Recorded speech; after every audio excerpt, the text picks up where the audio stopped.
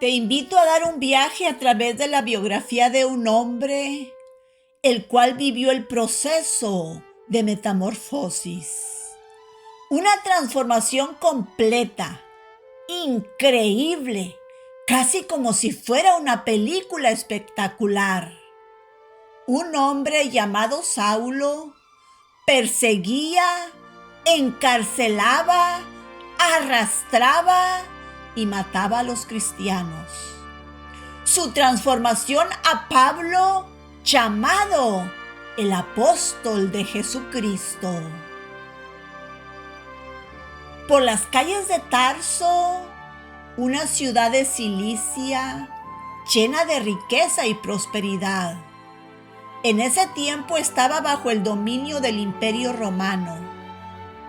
Nació aquel hermoso bebé que cambiaría para siempre el curso de la historia. Nació en el seno de una familia judía privilegiada. Los padres estaban orgullosos de su herencia y tradición. Pertenecían a la tribu de Benjamín, una de las 12 tribus de Israel, gozando del codiciado estatus de ciudadanos romanos. Un privilegio que heredó su hijo Saulo y que más tarde le salvaría la vida en más de una ocasión. Mientras el pequeño Saulo crecía entre el ajetreo del mercado de Tarso, donde se mezclaban diferentes culturas, idiomas y religiones, nadie podía imaginar que aquel niño judío, pero profundamente arraigado en la fe de sus antepasados, se convertiría en el apóstol más influyente del cristianismo. La infancia de Saulo transcurrió en un entorno multicultural. Tarso no era cualquier ciudad provincial, era un importante centro comercial y educativo, conocida por su prestigiosa universidad que rivalizaba con la de Atenas y Alejandría. Como era costumbre entre los judíos, comenzó su formación religiosa a temprana edad, memorizando pasajes de la Torá y aprendiendo los preceptos fundamentales del judaísmo. Pero su formación no se limitó al ámbito religioso.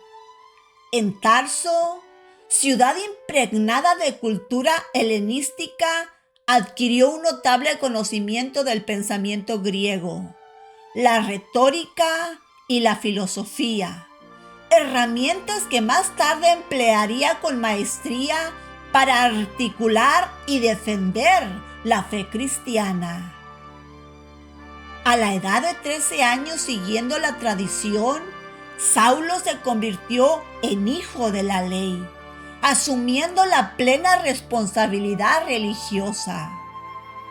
Poco después, sus padres, reconociendo su brillantez intelectual y su ferviente devoción, decidieron enviarlo a Jerusalén para completar su educación bajo la tutela de Gamaliel, uno de los rabinos más respetados de su tiempo, miembros del Sanedrín. El corazón del joven Saulo latía con anticipación mientras la caravana se acercaba a Jerusalén. Por fin contemplaría la ciudad santa, el centro espiritual de su pueblo. Sus ojos se humedecieron al divisar el templo, resplandeciente bajo el sol de Judea, símbolo de la presencia divina y orgullo de Israel. En aquel momento, renovó en silencio el compromiso de servir a Dios, con toda la pasión de su ser, sin imaginar que ese mismo celo lo llevaría por caminos insospechados. Bajo la guía de Gamaliel, Saulo se sumergió en el estudio intensivo de las Escrituras y la ley judía. Su maestro, conocido por su sabiduría y moderación, pertenecía a la escuela farisea.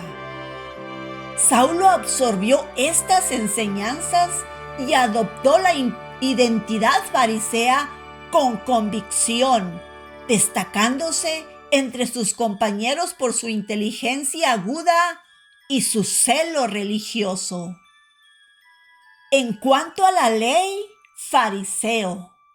En cuanto a celo, perseguidor de la iglesia. En cuanto a la justicia que se basa en la ley, irreprensible. Escribiría más tarde, describiendo su pasado con una mezcla de orgullo y arrepentimiento. Durante sus años de formación en Jerusalén, Saulo no solo adquirió un profundo conocimiento teológico, sino también un oficio manual. Como era costumbre incluso entre los estudiosos judíos, aprendió el arte de fabricar tiendas, trabajando con cuero y telas resistentes, una habilidad que años después le permitiría mantenerse durante sus viajes misioneros sin ser una carga para las comunidades que visitaba. Mientras Saulo se sumergía en sus estudios en Jerusalén, a pocos kilómetros de distancia en la pequeña aldea de Nazaret, crecía otro judío llamado Jesús. Sus caminos no se cruzarían en el ministerio terrenal del Nazareno, pero el eco de sus enseñanzas y sobre todo los rumores de su resurrección llegarían inevitablemente a oídos del joven fariseo. Cuando Jesús comenzó su ministerio público, Saulo probablemente ya había completado su formación y regresado a Tarso temporalmente. Sin embargo, los acontecimientos que siguieron a la crucifixión de Jesús lo traerían de vuelta a Jerusalén, donde se encontraría cara a cara con el movimiento naciente de los seguidores del crucificado. Para un fariseo celoso como Saulo, las afirmaciones de los discípulos de Jesús resultaban blasfemas. ¿Cómo podrían proclamar que un hombre ejecutado como un criminal común era el Mesías prometido? ¿Cómo osaban sugerir que la salvación venía por la fe en este Jesús y no por la obediencia rigurosa de la ley? ¿Y qué decir de sus afirmaciones sobre su resurrección? Todo esto representaba una amenaza para la fe judía que Saulo había jurado defender. Cuando Esteban, uno de los líderes de la comunidad cristiana primitiva, fue arrestado y llevado ante el Sanedrín bajo acusaciones de blasfemia, Saulo estaba presente. Escuchó el apasionado discurso de Esteban, que recorrió la historia de Israel para terminar acusando a los líderes religiosos de haber traicionado y asesinado al justo, como llamaban a Jesús. La ira se apoderó de los presentes y Esteban fue arrastrado fuera de la ciudad para ser apedreado. Y ahí estaba Saulo, no como un simple espectador, sino como un participante activo, guardando los mantos de quienes ejecutaban la sentencia, aprobando con su presencia aquel acto de violencia religiosa. Los ojos de Saulo, brillantes de convicción, contemplaron cómo las piedras golpeaban el cuerpo de Esteban, cómo el mártir caía de rodillas mientras oraba. Señor, no les tomes en cuenta este pecado. Quizás sin que él mismo lo supiera, aquellas palabras de perdón plantaron una semilla en su corazón, una semilla que germinaría más tarde, transformando al perseguidor en apóstol. La muerte de Esteban marcó el inicio de una persecución contra los seguidores de Jesús. Saulo fue uno de los principales, que con la autorización de los sumos sacerdotes entraban en las casas donde se reunían los creyentes, arrestándolos sin discriminar entre hombres y mujeres y arrastrándolos a prisión. Su celo lo consumía. Estaba convencido que combatía una herejía peligrosa y defendía la pureza de la fe judía. La persecución tuvo un efecto inesperado. En lugar de sofocar el movimiento, lo dispersó. Muchos creyentes huyeron de Jerusalén, llevando consigo su fe a regiones como Judea, Samaria, Fenicia, Chipre y Antioquía. Lo que comenzó como una comunidad local estaba convirtiéndose en un fenómeno más amplio, cumpliendo inadvertidamente las palabras de Jesús. Me seréis testigos en Jerusalén, en Judea, en Samaria y hasta lo último de la tierra. Saulo, sin embargo, no se contentaba con haber limpiado Jerusalén. Su celo lo impulsaba a perseguir a los seguidores de Jesús donde quiera que se hubieran refugiado. Así, solicitó cartas del sumo sacerdote que lo autorizaran a viajar a Damasco, una importante ciudad de Siria, donde se sabía que algunos creyentes habían encontrado refugio. Su intención era identificarlos, arrestándolos y llevarlos encadenados a Jerusalén para ser juzgados. Con las cartas en su poder y la determinación ardiendo en su corazón, Saulo partió hacia Damasco acompañado por algunos hombres. El viaje era largo, terreno montañoso y desértico. Se necesitaban varios días. Durante este tiempo, lo que jamás imaginó era que él mismo sería arrestado por una fuerza mucho más poderosa que cualquier autoridad terrenal. Era casi mediodía y el sol de Siria caía implacablemente sobre los viajeros. Damasco ya se vislumbraba en el horizonte, cuando de repente una luz cegadora, más brillante que el sol del mediodía, envolvió a Saulo. Cayó al suelo asustado, mientras que una voz resonaba en sus oídos: «Saulo, Saulo, ¿por qué me persigues?». Temblando y atónito, Saulo apenas pudo articular: «¿Quién eres, Señor?». La respuesta que recibió cambiaría para siempre su vida. «Yo soy Jesús, a quien tú persigues. Levántate y entra en la ciudad, donde se te dirá lo que debes hacer». Los compañeros de Saulo permanecían mudos de asombro. Habían visto la luz y escuchado la voz, pero no miraban a nadie.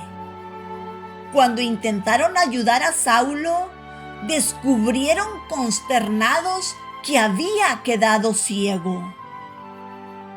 Durante 3 días, Saulo permaneció en la casa de un tal Judas, sin comer, sin beber y sumido en una profunda reflexión y oración. Todo su mundo se había derrumbado. La luz cegadora y la voz del cielo había sacudido los cimientos de sus convicciones. Si realmente había sido Jesús el que le habló, el mismo Jesús cuyos seguidores perseguía con tanto celo, entonces todo su entendimiento anterior estaba equivocado. ¿Cómo podía ser que el crucificado estuviera vivo? ¿Y qué significaba aquella extraña afirmación? ¿Por qué me persigues?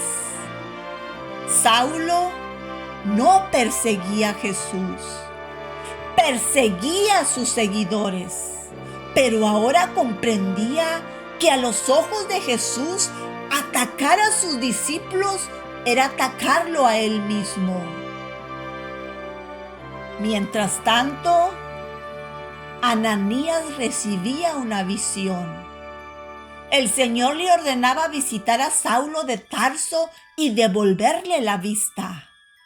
Ananías se resistió al principio, conociendo la reputación de Saulo como perseguidor. Pero el Señor insistió: «Ve, porque este hombre es instrumento escogido para llevar mi nombre ante los gentiles, los reyes y los israelitas.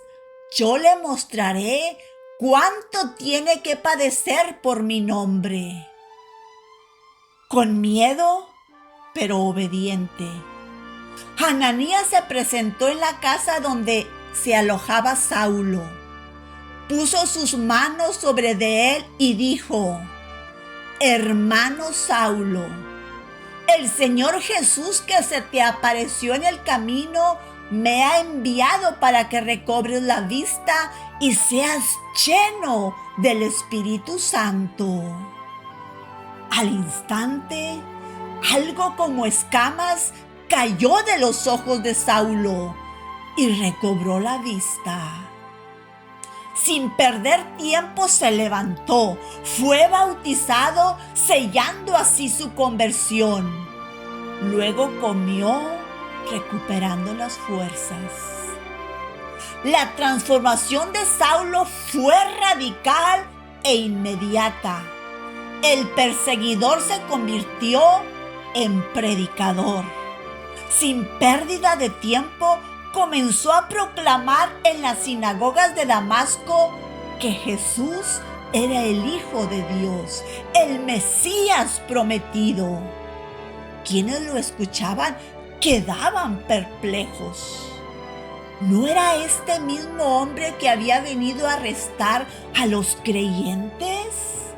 Su poderosa argumentación, fruto de años de estudio de las Escrituras, dejaban sin respuesta a sus oponentes cuando demostraba que Jesús era efectivamente el Cristo. No pasó mucho tiempo antes de que la noticia de su conversión llegara a oídos de las autoridades judías.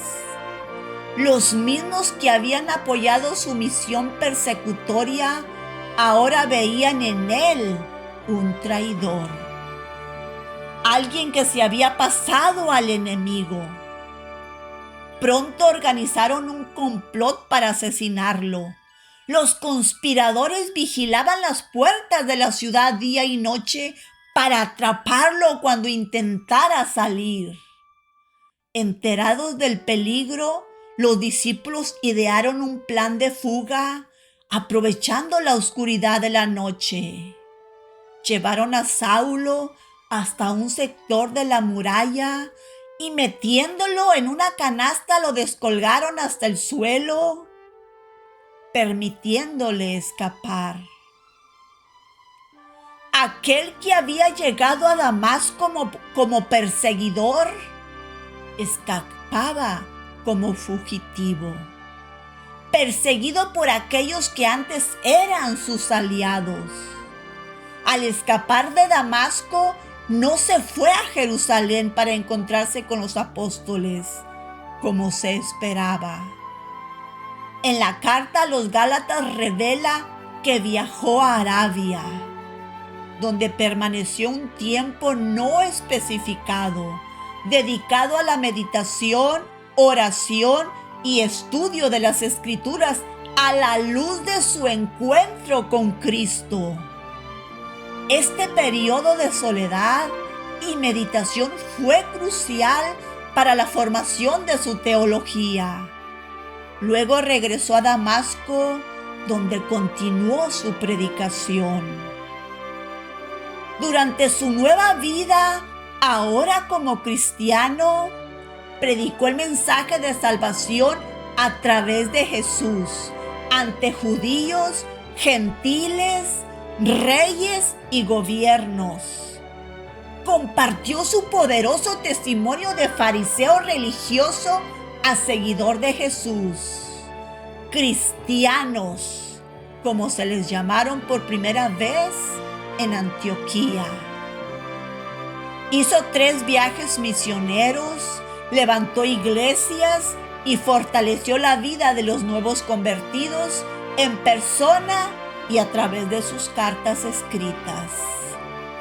Encarcelado por predicar a Jesucristo en Jerusalén, transferido a Cesarea, sede del gobierno romano, finalmente enviado y juzgado en Roma, donde murió. Su legado perdura hasta nuestros días a través de los escritos que constituyen casi 1/3 del Nuevo Testamento. Metamorfosis, transformación de religión a una nueva relación con Jesús a través de la llenura del Espíritu Santo. Saulo, un hombre religioso, fariseo, apegado a la ley, la tenía grabada en la mente, pero no la tenía en el corazón.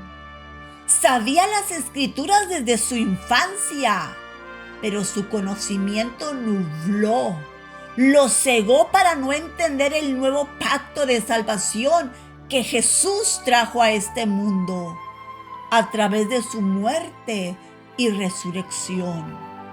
Fue hasta que Jesús se le apareció y tuvo un encuentro muy personal cara a cara con él, lo que provocó una transformación completa en su vida, de religioso a un hombre lleno del Espíritu Santo, lo cual lo llevó a tener una relación íntima con Jesús.